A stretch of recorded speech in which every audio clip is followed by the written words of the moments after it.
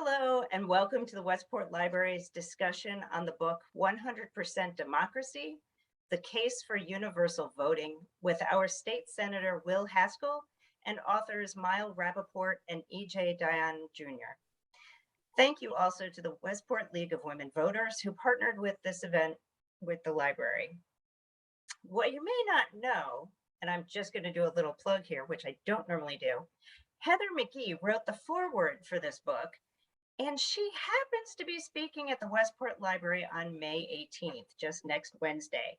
Space is still available if you can join us. Copies of 100% Democracy are available for sale during the event on Eventbrite until 10 p.m. You can get to this through the Westport Library website calendar listing.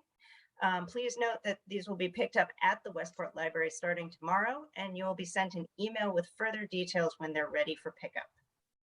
Now, to get us started, Celeste LaCroix of the Westport League of Women Voters and a trustee of the Westport Library is here to introduce the speakers today. Well, thank you. I'm very happy to be part of this program as the League of Women Voters has been working diligently to educate and register voters and to expand voting rights for over 100 years. This wonderful book should be required reading for all members of the League and anyone who trusts voters and believes in our system. Our first co-author is E.J. Dionne, who is also the author of Code Red, How Progressives and Moderates Can Unite to Save Our Country.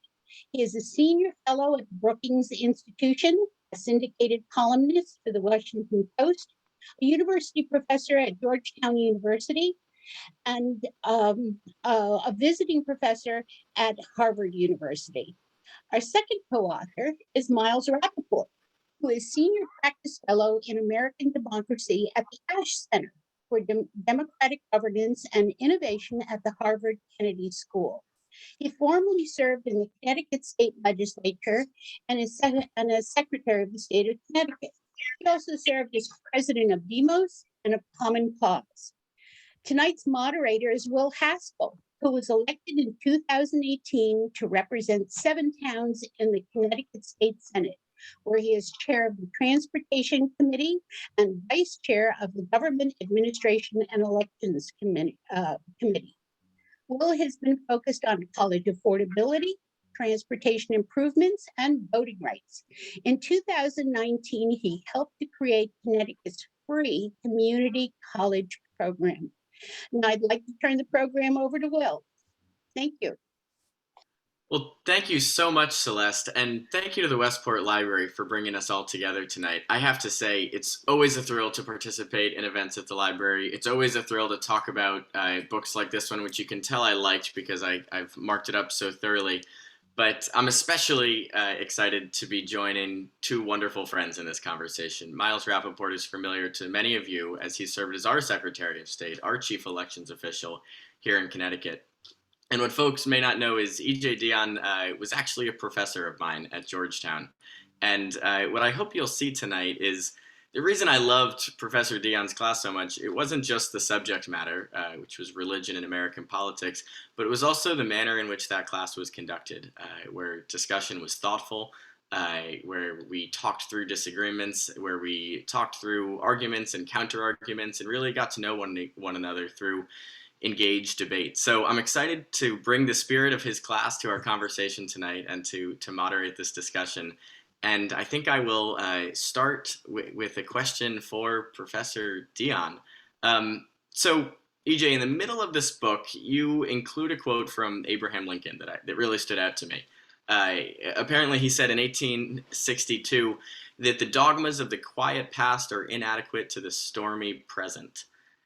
I think that most people watching tonight would probably agree that our democracy is in crisis. And while we're fighting about early voting in Georgia or early voting in Connecticut for that matter, what you've done in this book is propose a more fundamental shift in our paradigm, in our conception of American democracy. Because under civic duty voting, under a 100% democracy, the burden wouldn't necessarily be on the citizen to show up to vote. We would be able to stop fighting about how easy or hard it is to access the ballot, and instead it would become the government's responsibility to make sure that every citizen has an opportunity to make their voice heard on election day.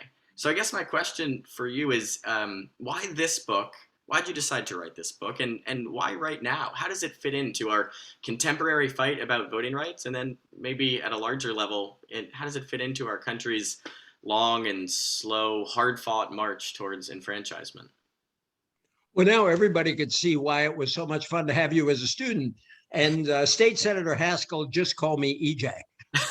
But I appreciate first of all, let me thank Celeste and Jennifer. Thanks to the Westport Public Library. I mentioned before we came on that my late mom was a librarian, and I love libraries as community institutions that serve so many needs in a community. And a lot of kids in this world find their first book, read for the first time because of public libraries. And I love the League of Women Voters and all they do to promote participation. But I gotta say, it is such a joy to be with Will. And it would not be right if I did not mention that Will wrote a really great book about you, about the people of his district, called 100,000 First Bosses. And Will came into my office at Georgetown in January of 2018, if I remember right, and said, "Professor, I'm running for the state Senate." And he laid out his strategy, and what happened in the election is exactly what happened. And in the middle of the campaign, I was checking up on him. I may have actually asked Miles, and somebody said, he's doing great. If somebody needs their roof fixed, there he is, helping them out. If somebody needs a window replaced, there he is, he's helping them out. So Will understood that it wasn't just about taking strong and courageous stands on issues. It was about helping people. And that's why he's won 2 races. And I'm just so proud that he was my student. Lastly, I just want to shout out Miles. 2 things I always say about Miles. One is he's an inveterate organizer. He started life as an organizer. And I know that when Miles dies someday, I hope not for a long time, and goes to heaven, which I'm sure he will immediately organize the angels into a union. And I can't wait to see the theological questions raised when Miles gets into a collective bargaining with God. The other thing about Miles is he has so much energy that if Europe could tap him, they'd never have to import another drop of Russian oil. It's been a real joy to work with Miles on this book and on this project. A couple of things about, I love that Lincoln quote too, obviously, which is why it's in the book. And it really always, I think it serves every reformer who's trying to get people to think differently, and everyone trying to change the nature of a political conversation, to say that we must put behind the dogmas of the past. And I really think this is a moment where we have to think the way Lincoln did, because while we are not in a civil war, we are divided as a nation in a way we have never been. Just think about this if you want to think about voting rights and how we're becoming 2 nations. We did extraordinary things in the 2000 election to expand people's access to the ballot. And I salute Connecticut for having a referendum on the ballot to make early voting easier. But all over the country, people moved to make voting easier because of the pandemic. Since 2000, we're moving in 2 directions. 25 states are making it easier still and more convenient for people to vote, but 19 states are pulling back and trying to make it harder than it was in 2000 to vote. This is a huge problem for our democracy going forward. And that's one reason that this idea of seeing voting not just as a right, but as a duty, as a civic duty. And Miles and I both believe that, in fact, the best way to defend voting as a right is to insist that it is a civic and legal duty. And we'll talk about that in the course of the night. But I want to invite the audience to think about our election system right now this way. You all know about fancy dinner parties that have A lists and B lists and C lists. The A list are the people everybody wants to come, and then the B list gets invited if some of the A list says no, and so on. And that's what our election system is, because we really have an A list of likely voters, and candidates and their consultants and all the people working for them and all their canvassers and the people sending out mail and messages online. They pay all kinds of attention to the A list because they're the people they know will vote. The B list are people who are registered but don't vote that much. they get very little attention from our candidates or their campaigns. And then there's the C list, all the Americans who aren't registered, and they get no attention at all. This leads to a number of problems. First, it's a kind of self-fulfilling prophecy. People do things when they are asked to do them. And the B and C list voters are almost never asked to vote. Tip O'Neill, a story is told about Tip O'Neill, the former Speaker of the House, that very popular in his home district, ran into an old friend, and he had just been reelected, and the person says, "Congrats, Tip, on your reelection." And Tip says, "I assume you voted for me?" And person says, "Oh, no, Tip, I didn't." And Tip O'Neill says, "Why didn't you vote for me? You've known me all my life." And she said, "Tip, you never asked." And people do things when they are asked, and we're not asking those B and C listers to participate very much. But the other thing is it leads to particularly dysfunctional campaigns, because candidates spend all of their time trying to energize and mobilize the likely voters on their side. And often they engage in campaigns my friend Miles likes to talk about as being based on enrage to engage. And enrage to engage can work, but it's not necessarily the best thing for democracy. And on the other side, they spend a lot of time trying to discourage the other side's A-listers, likely voters, from voting, often with vicious attacks on opponents. You know, and there'll always be attacks in our campaigns. They have been from the beginning. But it becomes particularly vicious when the attacks aren't even designed to persuade those voters to vote for you. They're just to persuade them to stay home because their own candidate is so wretched. So I think we need to change campaigns that way. But the other thing that's so important here, and you said it yourself, Will, and thank you for advancing this idea in Connecticut. Will's bill in Connecticut, by the way, is, I told Miles the other day, it's my favorite part of the book. It's Will's bill is the appendix in our book, which shows how this can be done in state after state if people pick it up. But at a moment when we are arguing so much about the right to vote, if we made a decision with jury duty when we ended the racial discrimination in jury selection back in the Civil Rights Bill. It was a great achievement.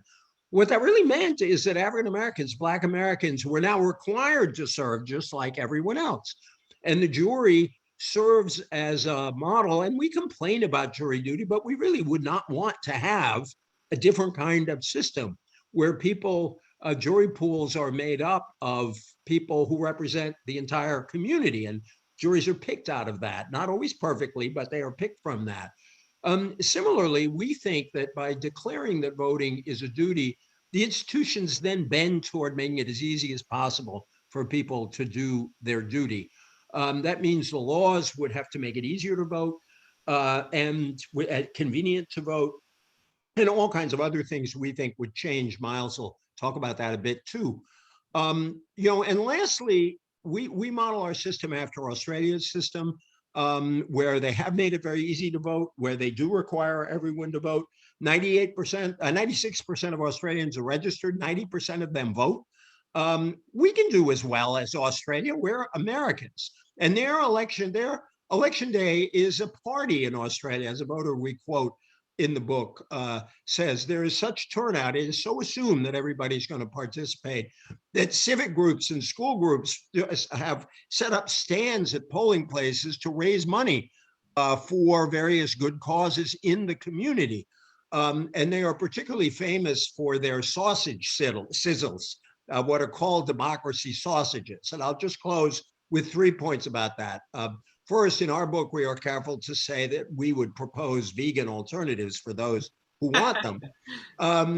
Secondly, that the Australian Elections Board has a sense of humor and actually put out an official statement saying that the onion should go on top of the democracy sausage. And the last thing I'll say is the one big drawback of our system is that people might gain a little weight on election day from all of the stuff they might get offered at the polling place. But A, that's better than denying people water while they're waiting to vote, as one bill in our country did. And B, we could afford to let people gain a little weight on election day if that was good for our democracy. Amen. It makes me want to travel to Australia and try There's out. an election soon. Miles and I thought we wanted to put people on planes to watch their system. They got an election in about 10 days over there. Let's go. Let's try a democracy sausage. It's Yeah. a long flight, but it might be worth it. There's so much to unpack there, EJ, in your answer, and I want to talk more about Australia. But Miles, let's turn to you for a second, since you've been an election administrator. You've been our top elections administrator here in Connecticut, and in doing so, you've presumably had to spend much of your career in the pragmatic details of the how elections are run. And in Connecticut, God knows they could use some modernizing. We are still one of only 10 states in the country that lacks access to early voting. I know we're going to talk tonight about some of these gateway reforms that help to make voting easier as we move towards civic duty voting. But I want to ask you a two-part question. The first is, how did you come to embrace the idea of civic duty voting, which to many might feel pie in the sky or far away from our contemporary reality? And the second part of that question, Miles, is it might be helpful for those listening to do a quick level set on what civic duty voting actually looks like. Maybe you could walk us through the mechanics. Or is there a penalty for not voting? When we say that you are required to vote, do we mean that you're required to vote for a candidate, or might you be able to not vote for anybody at all? Can you sort of walk us through what the term actually means, and then maybe dive into your journey as to how you came to embrace civic duty voting? Yeah, yes, absolutely. I'd be glad to. And I'm glad to see that the ballot initiative is coming on. The constitutional amendment is coming on in November. And I certainly hope that the voters of Connecticut see their way clear to embracing early voting. It's a huge thing. So making reference to the Australian model, which there are 26 countries around the globe. So this is not only about Australia. Who use one form or another of universal civic duty voting. But Australia is probably the most analogous for the United States, so we talk about it. And also EJ has long been familiar with Australian politics and Australian social science. So here's the way it works in Australia, which is they have a very strong, very well-run Australian National Election Commission, which actually we are almost alone among democratic countries in not having that, and having as kind of balkanized and inefficient of an election system as we do. But the election commission makes all kinds of efforts to make sure that people are registered, get onto the polls. There is what's called the federal direct enrollment program. The political parties go out and do all that. So you really have a kind of all hands on deck way of encouraging people to vote. And so most people do. But for those people who don't, you get a little notice from the Australian Election Commission basically saying, hey, how come you didn't vote? And you can give almost any reason is accepted. Illness in the family, work-related responsibilities, travel, etc.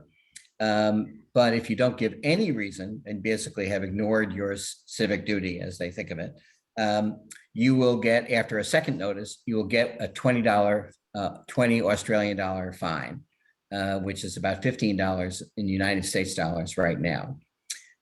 So it's kind of a light touch enforcement, and the system is really much more about creating the culture and expectation of everyone participating, as opposed to a kind of a hammer system of enforcement to get people to do it.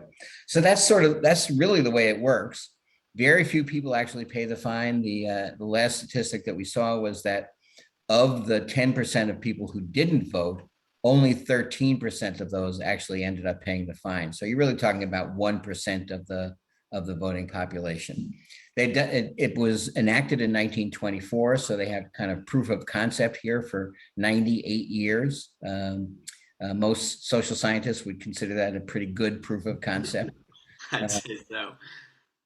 Anyway, so that's the way it works, and that's how we would like to see it here. It could be done as a federal law, and we'll come back to this because Congressman Larson has in fact introduced a federal bill for universal voting. It could definitely be done in states. So Connecticut could lead the way in thinking about how to get to universal voting, but it also could be done in municipalities. There would need to be some state enabling legislation or state permission, and the requirements vary from state to state, but that's how it can be done there. So that's the basics of it. But I do want to say how I got to it, because if I look back on the work that I've done really over the last 40 years, if I just went back to when I was first elected to the state legislature, I wasn't a youngster like you were, Will. I was all of 34 when I first got elected. But whether I was on the Government Administration Elections Committee, as I know you are, then I was Secretary of the State. When I left that office, I went to Demos, was actively involved in democracy issues in Demos for 13 years on Common Cause. So I really spent 35 years working on voting rights issues. Same-day voter registration, automatic voter registration, restoration of voting rights for people with felony convictions, all of the kind of suite of policies. And Connecticut has made decent progress on many of those issues. But what I looked at was, after all that time, well, we had two, quote, record-breaking turnouts. In 2018, the turnout was the highest of a modern midterm at 50.3%.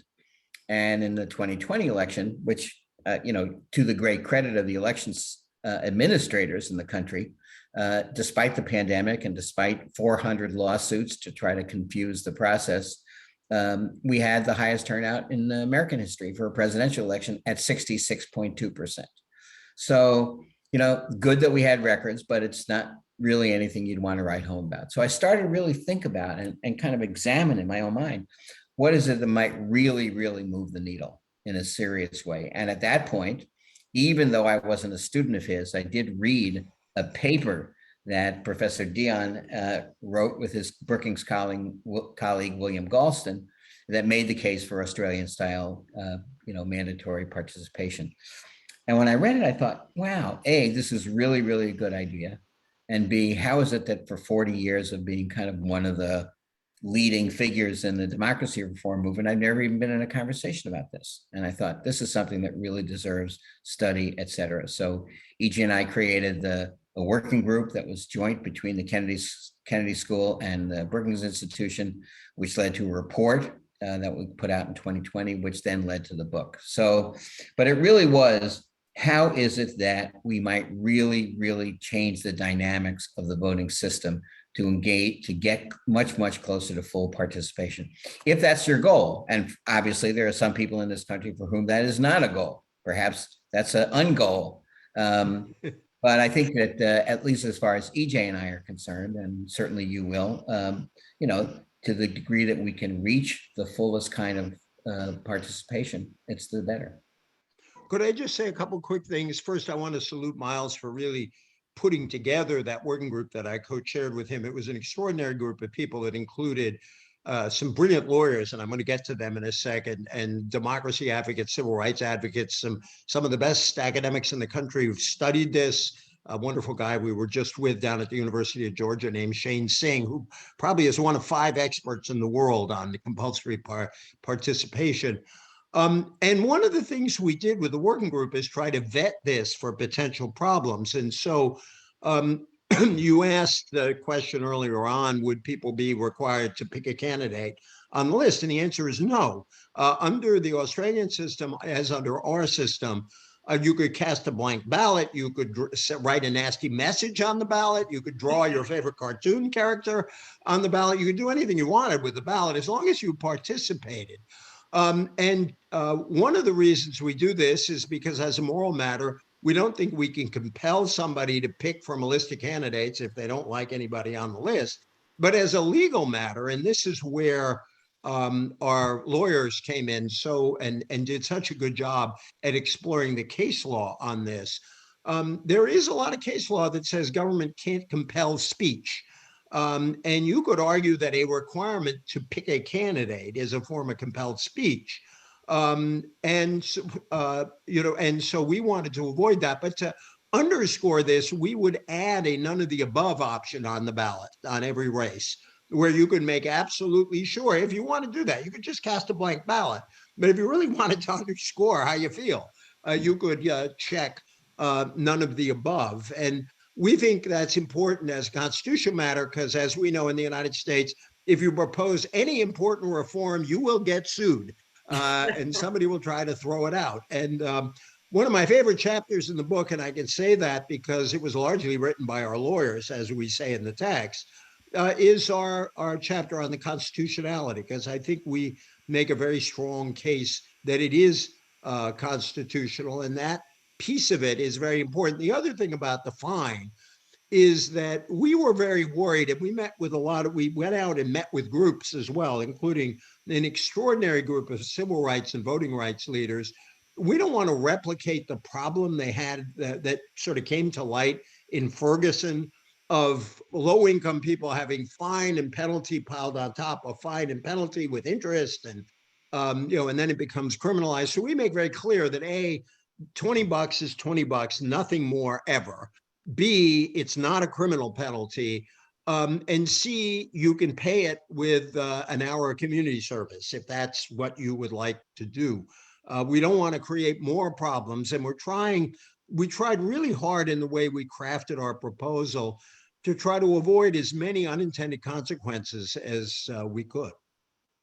Right. The point of this reform really isn't the fine, it seems. It's more the notion that voting is going to be a duty, and when you declare it as such, our laws around how voting works, they change for the better. I want to go back to the jury duty analogy, because that's something that Heather McGhee, who wrote the beautiful introduction, or maybe the foreword to this book, emphasizes. She talks about the fact that— By the way, everybody on this call should visit with her when she visits. She's an extraordinary woman. I am really looking forward to that event at the library. So you're absolutely right. Folks should register. And we're the warm-up act, One thing she says is that there was this moment of reckoning that how in the world could we entrust a jury that wasn't diverse and representative of the American electorate, of the American population, to make decisions in a courtroom, really important decisions in a courtroom. But she takes that logic and echoes your chapter on this, and saying that, well, decisions that are made in a courtroom are critically important, but decisions made by our government are even more important. They impact even more people. So could you talk a little bit more about that analogy to jury duty, how it works as an analogy, perhaps maybe where it falls short, and why, in many ways, just as there was a civil rights movement for universal requirements that everybody be compelled to participate in jury duty, in some ways this is a civil rights issue, the notion of civic duty voting. I found, go ahead, EJ. No, I wanted you to go, Miles. Go ahead. I found the jury duty analogy extremely compelling. And it's interesting. I think we are finding that people, it's a click, when people say, oh, that's right, because this is a very important thing. People are compelled to do it. People may not like it when they get called, but nobody says, how dare they invade my freedom by asking me to serve on a jury? And the point is, I think it is what you become acculturated to, what is part of the norms of how we operate. And I think the logic is really very, very strongly similar. Okay. And precisely what Heather said. So the reason you want to have a full jury pool is so that the people determining guilt and innocence and the appropriate punishment of people are a fully reflective pool of the population, so that it's not, biased in one way or another, either by race or by age or by gender. You want it to be fully inclusive. And I think that's absolutely the case for voting. We want, or we absolutely should want, that the decisions that are made that affect our lives are made by as fully reflective a group of people as we can make it. And we can do that. We can do that. I'll just say that, Professor Cornell William Brooks, who was a member of our working group, strongly made the point that this was a major victory, a major strategy and a major victory of the civil rights movement in the 60s was to integrate the jury pools, which means technically that they were campaigning for African Americans to be compelled to serve on juries. And they saw that the imposition of being compelled to serve on a jury paled in comparison to what power was bestowed on people by being able to serve on a jury. In the book, just one sentence here. Well, in the book, we quote the extraordinary Harvard Law professor and civil rights lawyer, Charles Ogletree. And he said, a jury gives ordinary people extraordinary power. And exactly the same can be said, I think, of the right and the duty to vote. Absolutely. That's a wonderful quote. EJ, I want to go back to you and ask, how do we get started? My really good friend, campaign volunteer, super fan of your book and this idea of Roseanne Gates, wrote me and said, be sure to ask if maybe the best place to start is local government, because we saw what happened with the legislation proposed in Connecticut. You guys were so generous in including it in your book. You warned me that there would be pushback. I believe in this idea, so I wasn't too concerned about the pushback, but it was tremendous. It's worth noting that the Wall Street Journal came after Miles and I and said that, it seems as though the attitude on the left is that turnout triumphs all. And, there were echoes of that William F. Buckley quote, which you include in your book, that liberals don't care what you do as long as it's compulsory. So you include a chapter in this book about steps that we can take, whether at the federal government, the state government, or at the local government and level. And I want to just give you, EJ, an opportunity to talk about what next steps might actually look like. Well, first, I want to underscore your courage in introducing that bill. And by the way, you gave as good as you got to the Journal. People should look back at your reply to the Journal. I thought you did such a great piece. I joke that Miles and I are either the two most honest or dumbest book writers in history, because we include polling in the book that shows that as of right now, only 26% of Americans support this idea, and about half are opposed, are opposed strongly. Now, I looked at that and I was actually heartened, because I thought 26% for an idea that seems to run against a certain libertarian American grain, for an idea that's never had anybody make a case for it before, was pretty good. And that one way to look at the polling was that about half the people were at least open to an argument about it. And it was also striking, and granted, this was before President Trump, or then President Trump, kind of toxified this whole conversation. But Republicans and Democrats were about equally likely to support it. That gave us some hope. The other thing we found in our polling is that Republicans and Democrats overwhelmingly agreed that voting was both a right and a duty, not just a right. That was true of people in both parties. But tell your friend, and I know Miles will have a lot to say about this because he's going to continue to organize. He's setting up an organization called the 100% Democracy Initiative to try to push for this idea. But we very much agree that beginning state and locally is the right idea, both of them. And we put your bill in conveniently because any legislator in the country can look at your bill and sort of work with it. And we're also very pleased that Congressman John Larson.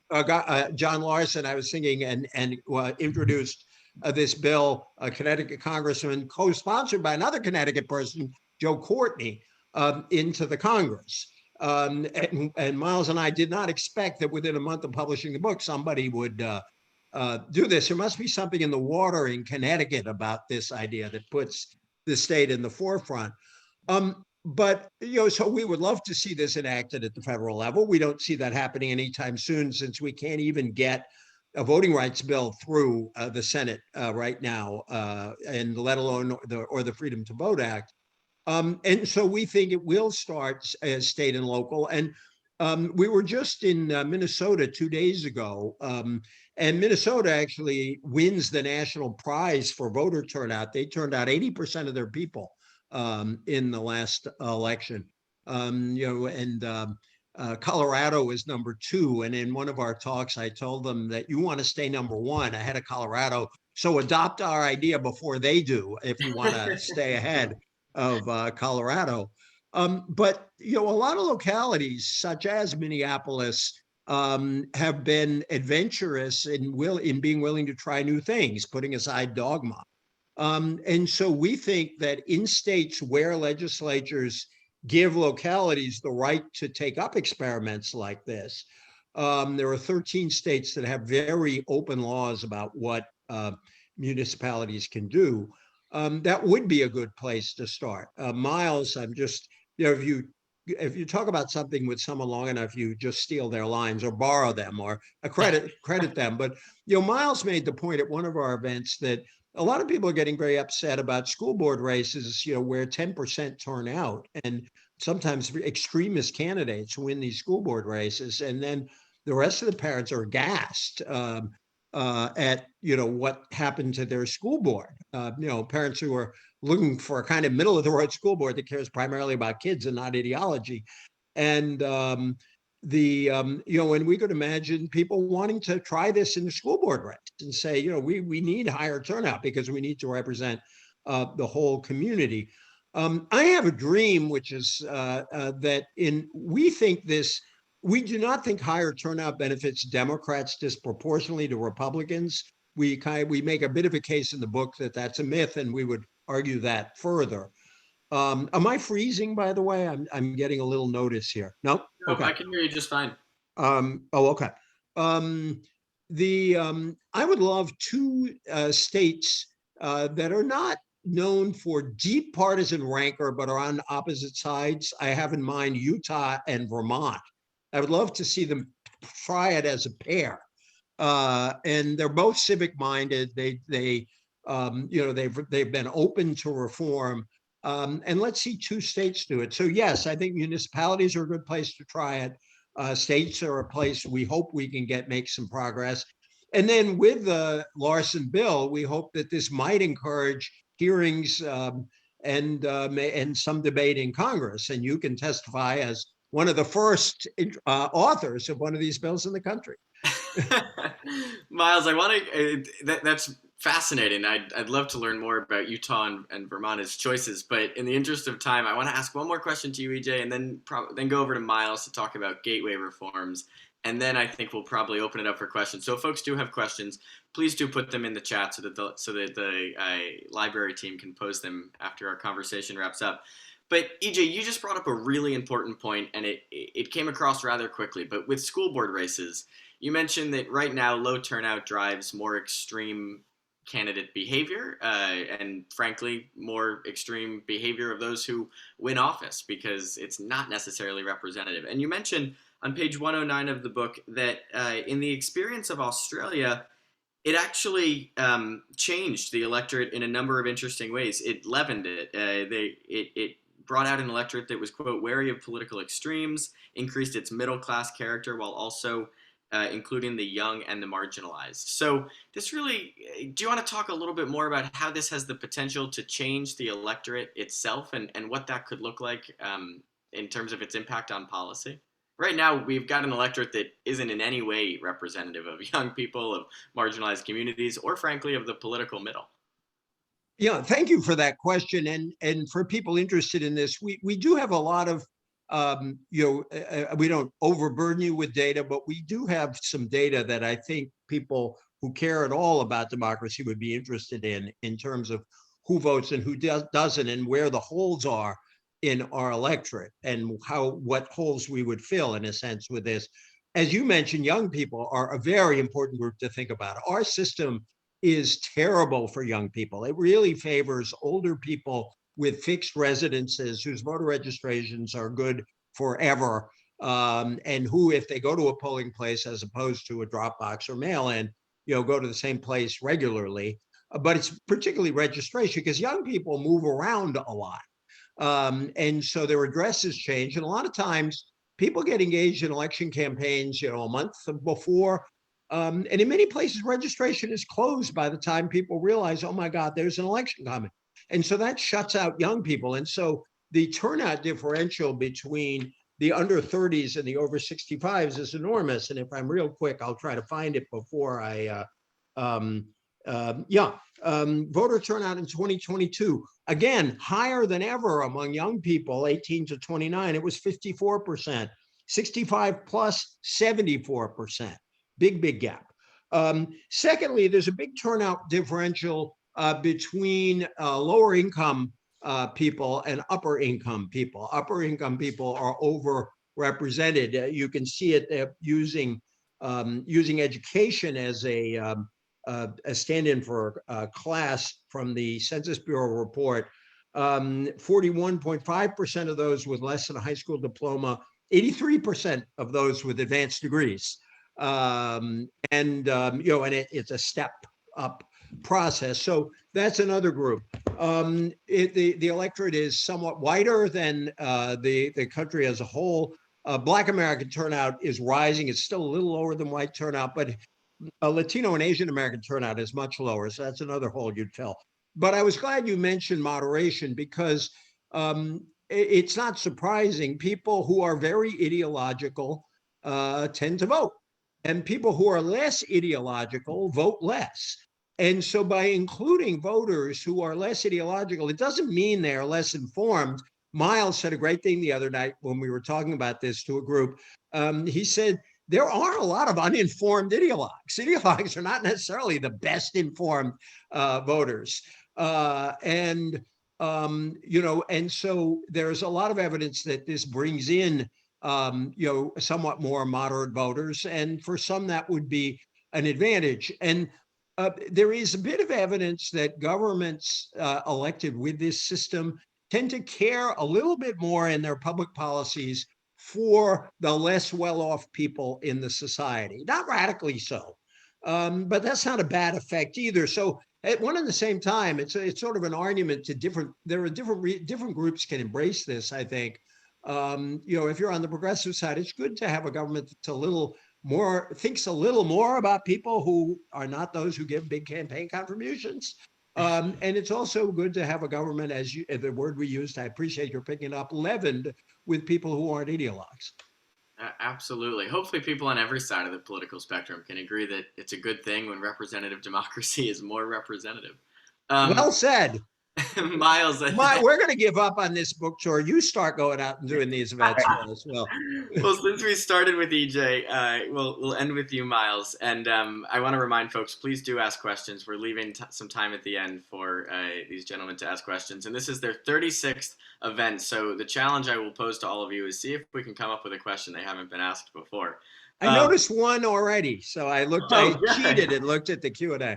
Yeah. Good. All right, well, Miles, here's my question to you. You have spent, EJ just mentioned a moment ago, how our electoral system in many ways is rigged to make it harder for young people to vote, for low-income folks to vote, for people of color to vote, whether it's voter registration hurdles, whether it is the lack of early voting, absentee ballot restrictions, a whole host of small but meaningful things add up to a democracy that's less inclusive. You've spent a career fighting to change that, fighting to make it easier for young people, for single working parents, for commuters to participate in our democracy, which is why I think there's such value in this book, because when you and I wrote an op-ed a few months ago and then we got slammed by the Wall Street Journal editorial board, I found their criticism to be so interesting, because when you or when I talk, when we talk about the need for early voting or increased access to absentee ballots, many of my conservative colleagues in the legislature roll their eyes and they say, if people want to vote, they can. It's not that hard to vote. Anyone who wants to participate can easily cast their ballot. But then when we proposed civic duty voting, what was so interesting is that our conservative colleagues said, well, hang on, what about, and I'm quoting here from the Wall Street Journal, what about apolitical 19-year-olds? What about the homeless? What about single working parents who didn't care, who don't have a chance to participate on election day? And all of a sudden, they had to concede that maybe our democracy isn't actually as accessible as they thought it was. So I want to give you an opportunity to talk about what's going to happen between now and what I hope, and what I think you correctly characterize as the inevitable embrace of civic duty voting. In the interim, does this book help to change the conversation about early voting, about no excuse absentee ballots, about pre-registration for 16 and 17-year-olds? Can you talk a little bit about that before we go to Q&A? Yeah, sure. Absolutely. And yes, I certainly hope that the book will, kind of help us to advance the conversation. I think our basic idea here in proposing the idea of universal voting is to put kind of a North Star reform out there. You know what I mean? To sort of leap over all of the debates about should we have 15 days of early voting or 10 days of early voting? Should we have drop boxes that are open at night, or should we not?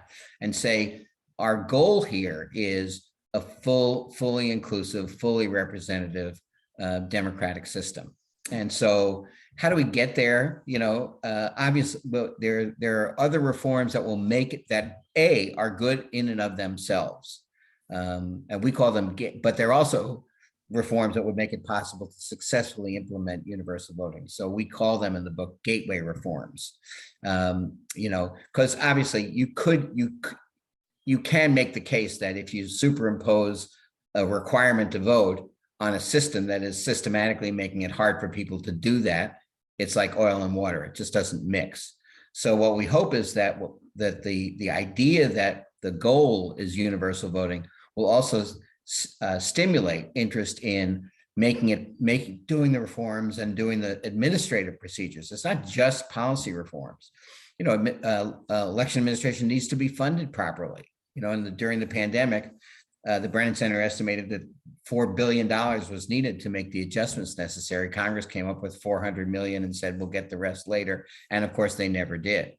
I'm very encouraged that in President Biden's budget, there is $10 billion for states to upgrade their election system. But if we had an election administration that was nonpartisan, properly funded, properly trained, properly respected in this day and age, I think all that would be good. So what I hope is that, I'm a believer that there is a robust and growing democracy movement in the country. League of Women Voters, I think, has a kind of the cachet or the market on when does this start. Somebody once said to me, we were celebrating the 75th anniversary of the 20th Amendment. And somebody said, hey, do you know that the League of Women Voters is also 75 years old? Well, not a coincidence. Anyway, but so I'm delighted that the League is taking part tonight. But I do think that what I hope is that the idea of universal voting will become one of the agenda parts of that movement. So in addition to working on expanding early voting, in addition to working on expanding absentee or mail-in options, in addition to doing same-day registration, that organizations will also say, and by the way, as a long-term goal, we have universal voting in mind. And as EJ mentioned before, our goal is to actually set up a national organization, or at least a national project, to try to move this out in as many places as we can. And so I am hopeful actually that Connecticut will be one of the places that at least has a serious discussion, which we thank you for initiating. And, next year will be the year that we can maybe get a public hearing on the issue. I certainly hope so. You can count on me to testify for that public hearing. All right, good. It has been such a pleasure speaking with both of you. And I hope everybody watching tonight can see why Professor Dionne's class was one of my absolute favorites and was so engaging, and also why Miles has so many friends in Connecticut politics and why I'm so honored to count myself among them. I had a million other questions I wanted to ask, but in the spirit of democracy, let's turn it over to Jennifer and hear what questions came in from the audience. Yeah, and I'm willing to cede all my time to Will. He's doing a great bang-up job on behalf of this idea. Thanks, EJ. Well, I will say that's lovely, but the questions are coming in for EJ and Miles. So we're going to go with those questions. Now, we do have a limited amount of time, so I'm going to pick and choose some questions, and I apologize if we don't get to everybody's questions today. So I'm going to start off with this one. One of the hallmarks of being an American is our belief in self-determination. If the idea of civic duty voting were to gain favor, what is the projected PR campaign for convincing Americans that this is not an infringement on personal liberty? To begin with, I think the PR campaign is, I once worked, well, I think the PR campaign is, we want to create a system in which everyone feels invited. And by declaring that we want an election system in which everyone is required to vote, we are saying that we believe that every single citizen has a contribution to make to our self-government, and to this great experiment in democracy. I think the other argument I would make back is, as Miles has said, and as all of us really have said, requiring people to serve on juries does not contract our liberty, it expands our liberty because it guarantees fair trials. And nothing is more essential to liberty than fair trials, since being put into jail is literally a denial of liberty. We have laws requiring parents to make sure their kids either go to school or, if they homeschool, are educated according to certain standards until they are 16 years old. We do that because we believe it's good for kids. It's also, by the way, good for a functioning democracy to have an educated population. We have all kinds of laws, health and safety laws, like helmet laws or seatbelt laws, because the small infringement on your ability to drive a car without a seatbelt or drive a motorcycle without a helmet is a big increase in the liberty of everybody not to pay exorbitant hospital bills for all of the injuries that you pay. So that there are ways in which, and I would sort of freely concede, not every form of compulsion is a form of liberty. And there are many forms of compulsion I think all of us would agree we oppose the state engaging in. But I think there are ways in which, by requiring certain things of individuals, we make them freer. And by the way, by making people stop at red lights, we save a lot of lives, which is a substantial increase in liberty. Miles, do you have a one-line like PR campaign for this? Yes. I mean, I'm thinking that we are currently in, this is a way to reverse the downward cycle that we find ourselves in and leap over the kind of current miserable debates. We're in a vicious cycle of lack of participation, leading to lack of responsiveness of government, leading to further disengagement, et cetera. What we're hoping is that we can start an upward cycle, a virtuous cycle, where a full participation leads to more responsive government, leads to more engaged voters and participants, et cetera. So that's our hope. And I think the other thing I would say is that we have it changes the incentive system for our campaigns. Right now, we have an incentive system to turn out your base, depress the other people's base. And in a situation where everybody is going to vote and everybody is listening, what campaigns and political parties have to do is speak to everybody and persuade them of the best, that their ideas are the best, as opposed to just ginning up your own base. Jennifer, you just reminded me of something I always like to say and forgot to say, which is, I don't know how many people out there are Harry Bosch fans. He's a great detective from fiction, from Michael Connelly's novels. It's a great TV show called Bosch. Bosch's slogan as a detective, I have said, is the slogan of this idea. He always says, everybody counts or nobody counts. And I think that the real slogan of this system is everybody counts. Right. Great. Okay. So question number 2. One of the members of the League of Women Voters, just because I know this person, is interested to know what we can learn from the experience of compulsory voting in Europe, where a couple of countries, in particular Belgium and Greece, have it and others don't. And some used to, but no longer do. So what can we learn from that experience of compulsory voting? You want to go, Miles? Sure. Again, while we use Australia because it's good to have one kind of poster child example, you're right. In Belgium and Luxembourg and Greece and a number of other countries, they do have this. But countries have different forms of enforcement, different forms of how this is implemented. So it changes. Greece has a very light bordering on no enforcement of its policy. And yet the fact that it is, even in theory, an obligation of every citizen has increased turnout. It's interesting, and there are a lot of Latin American countries who use it.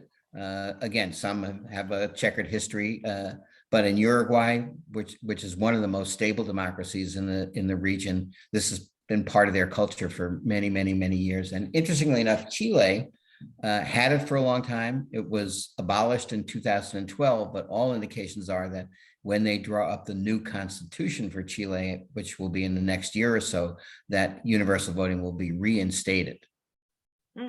What I say, we at a book tour is great. You meet people from all kinds of places. We actually had somebody come up to us and say, I'm for this system because I lived in Luxembourg for a long time and it worked there. Just one, by the way, the person can find some stuff in the book on this, on what we learned from the experience of others.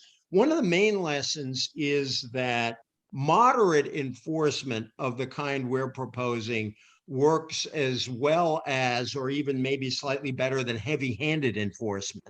When you look at voter turnout. So we think the nudge rather than the shove or the hammer is the best way to go. The other is beware of incentives that create different effects on different groups. Brazil said you couldn't get a passport. Well, guess what? The people who travel most were wealthy people.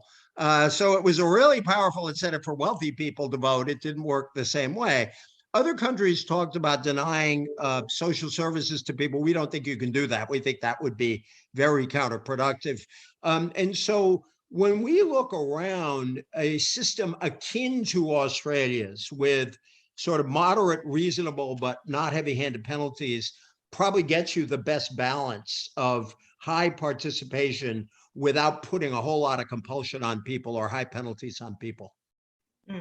So that sort of leads me to the next question I'm going to ask you. And I just want to make sure it's okay if we run a little bit long on this. Is that okay with everybody? Is it good with us? Fine with us. Because I especially want you to ask about the person in Westport, Connecticut, who wants to adopt this system that I noticed. Okay, but first I have another question that feeds off of the last one. The jury analogy that you use is useful, to be sure, but it's not a perfect one because many people go to great lengths to avoid jury duty. In Connecticut, hold on a minute, my screen just went totally haywire. We used to draw the jury list from voting rolls, but when it became apparent that people were failing to register to vote because they wanted to avoid jury duty, that we switched over to the motor vehicle registration list instead. How do you propose to deal with reluctant voters who might try to game the system? Well, first of all, in our system, we also, and I meant to mention this at the beginning, we also give people conscientious objector chance, just like people can do in the draft, used to be able to do in the draft, where if you really, really, really are in some deep principled reasons, utterly opposed to participating, we allow you to declare that. So again, we're trying to answer the legitimate fears of people who rightly care about civil liberties. So that's one answer to this.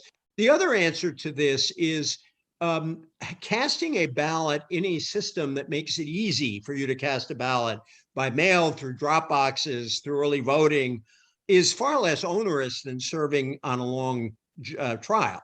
And so we think our ask here of citizens is considerably smaller, precisely because we want to marry this to ways of making it as easy as possible to do your duty. You know, one of the people that we quote in the book, a woman from Australia, kind of was dumbfounded at the idea that, you know, people would refuse to vote as a matter of protest. You know, what she said is, I have all kinds of ways to protest by participating. I can spoil my ballot. I can write a nasty note. I can write in somebody that I do prefer. I can clearly say none of the above, all of which are ways of registering a protest, but you can only do it by participating. So the people who would try to game the system by trying to figure out ways of not voting, they're going to do a lot of work to do it. All they have to do is come in and say, I don't like any of these people. Okay. As she closed, thank you for remembering her. A wonderful young woman who's joint. She's an American and an Australian. And she said, I can do all these things, but in every protest equation, I am still participating. And yeah, thank you for remembering her, Miles. She was great. And Miles, Jennifer, sorry to jump in, but a quick question. Nevada and some states already have a none of the above option, right? Didn't it get up Nevada and Arizona? Oh, yes. And it might have gotten up to 2% in 2016. So this is something that many Americans are actually used to, or some anyways. Yes, but it's also interesting that the numbers of people who actually do use it are quite small.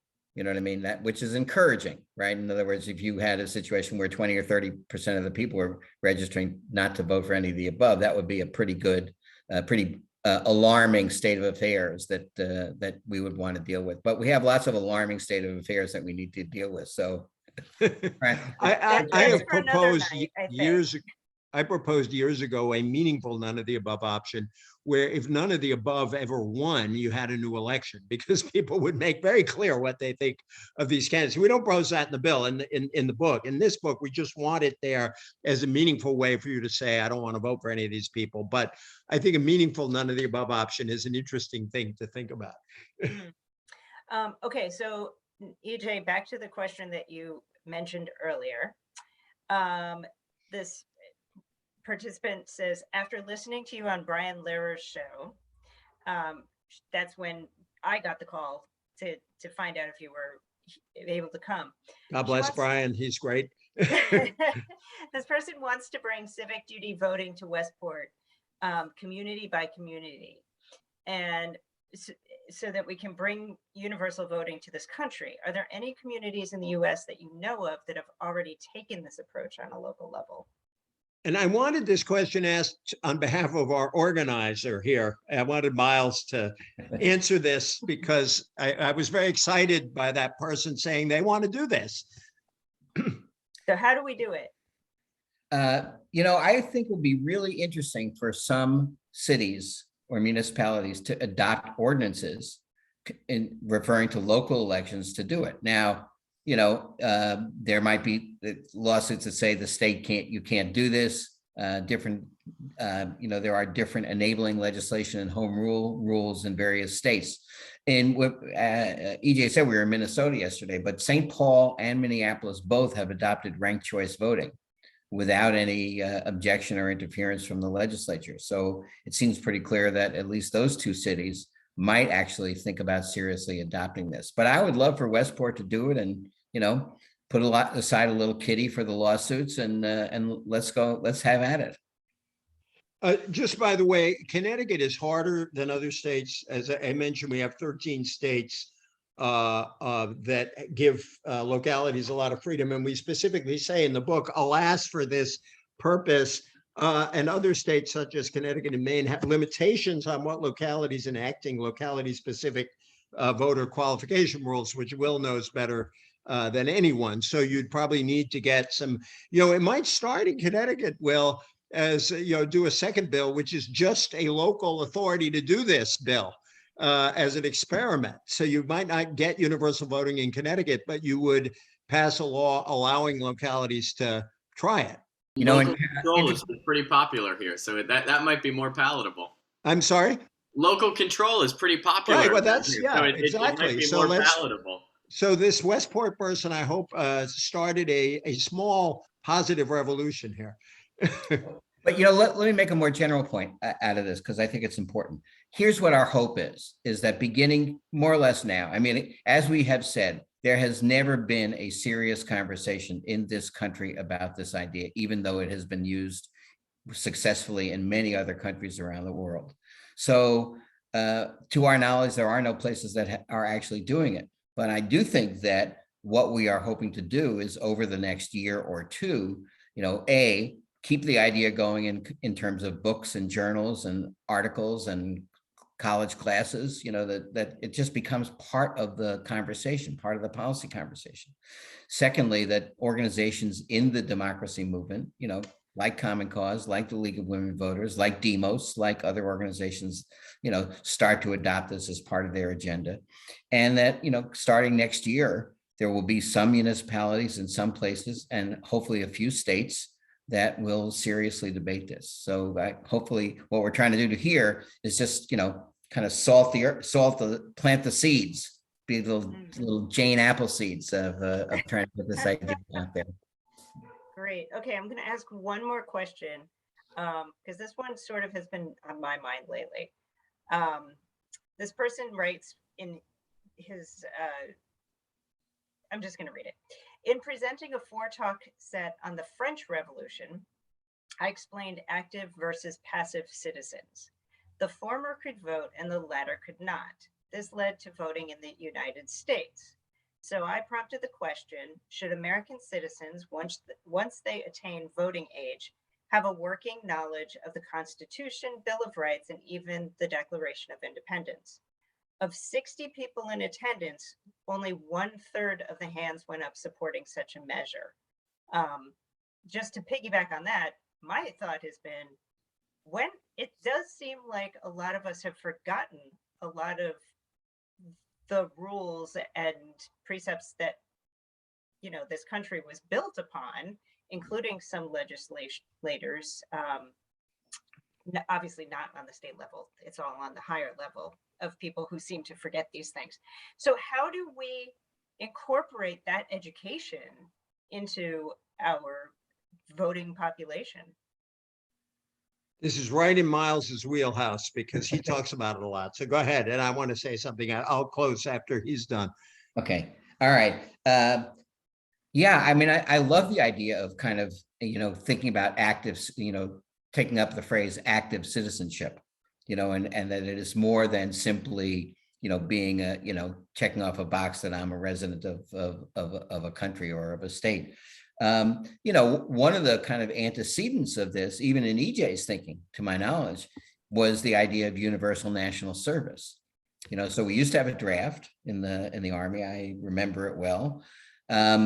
You know, but the idea of having every young person do a year or 2 years of national service, either in the armed services or in the Peace Corps or in Vista or in other things, I think would be a wonderful thing to do, because I think it has all kinds of, you know, social benefits as well.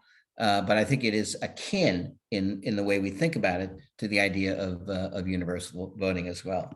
And the other thing I do think, I like the idea that about the education point. I think civic education, and Connecticut has done better than some other places in requiring it, you know, is essential.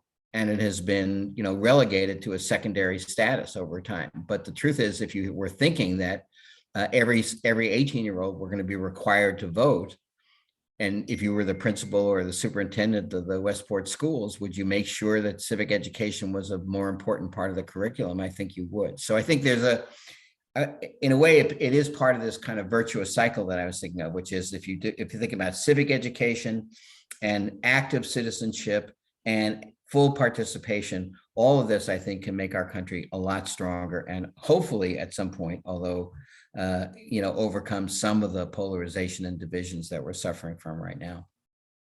Yeah, just a couple of quick points. First, by the way, I noticed a question from someone who asked us, are we for automatic voter registration? The answer is yes. We are actually for election day voter registration, which is they have in Minnesota, which is one reason their turnout is so high, because a lot of people who may have moved can show up at the polls, and that's where you need some proof of residency, and you can register right there at the polling place on election day. So yes, by the way, let me jump in to say that the first bill I filed when I was elected in 1984 was for election day voter registration, and it only took Connecticut 25 years after that, but we have it now. So that's on that point. On the civic education point, first of all, I'm obviously, and I read the gentleman, I think it's a gentleman, forgive me if it's not, the question, I don't think the implication here is that we should have tests for voters in these things. And I'd certainly be against those, because tests like that have been contrived to keep people out of the electorate. You know, phony literacy tests were used in the South to keep Black Americans off the voter rolls for a long time. But I utterly agree with him that we need a better working knowledge of the Constitution.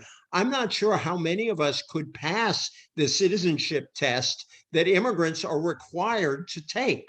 It's something for all of us to think about. And that's why I share Miles's view. I think we do need to promote civics education in all our schools. It should be part of the curriculum.